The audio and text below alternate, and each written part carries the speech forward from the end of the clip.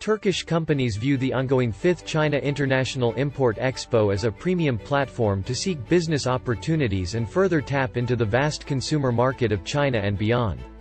Eti, one of the leading brands of Turkey's snack industry, aims to stock the shelves in China with a wide array of products tailored for Chinese consumers' taste.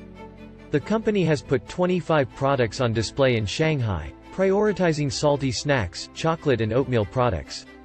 Çin tüketicisinin damak zevki dünyanın geneliyle çok örtüşmüyor. Daha kendine özgü damak zevki olan ürünler var. Dolayısıyla onlara uygun, bizim portföyümüzden olan ya da onlara uygun geliştirebileceğimiz ürünler yaptık. Ki aslında bu bir başlangıç. Bu ürünlerle başlamak istiyoruz. İlerleyen zamanda pazarda yer aldıkça bizim 300'ün üzerinde farklı ürün çeşitimiz var. O ürünleri de kademe kademe o pazara getirmek istiyoruz açıkçası. After sending a delegation to the CIIE for the first time in 2019, Eti decided to participate in future expos. The company sees entering the Chinese market as an important step to go global.